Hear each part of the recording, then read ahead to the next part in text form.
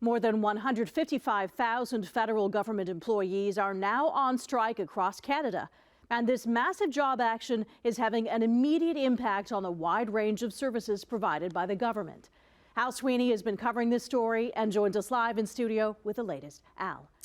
Hi there, Taz. Well, in all, the government says the strike is affecting 28 of its federal departments.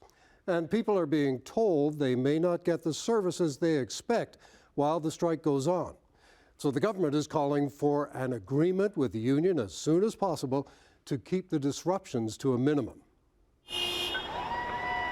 The government union says this is one of the largest strikes in Canadian history, almost a third of the federal government's workforce.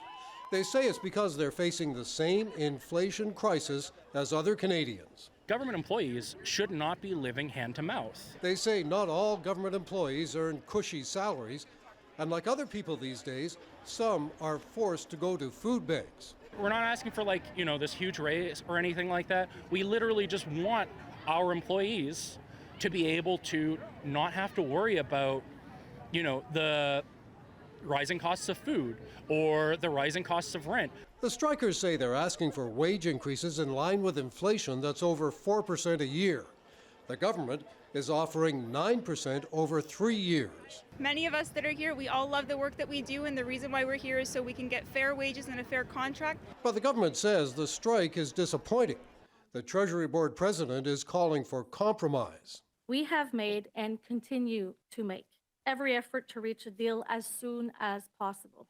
Even as negotiations continue, the strike is having an impact on government services.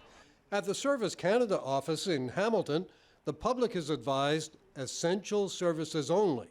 For example, passports will be available only to people with a risk of financial hardship, for those who rely on travel for employment, and for people who must travel for illness or death or illness in the family. The strike is also having an impact here on the Six Nations Reserve, where the schools are run by the federal government. The Reserve says its 5 federal schools will be closed for more than 1,100 students.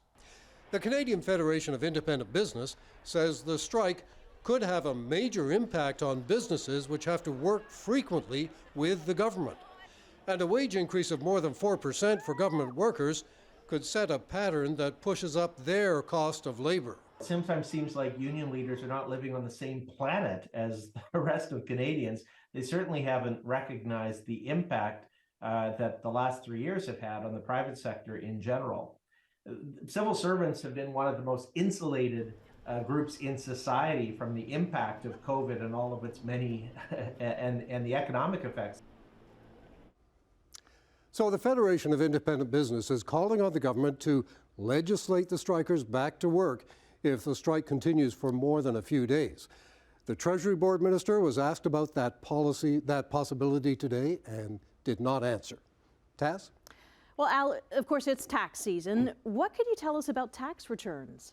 Well, Taz, here's the latest from the Canada Revenue Agency. I don't know how much help it's going to be.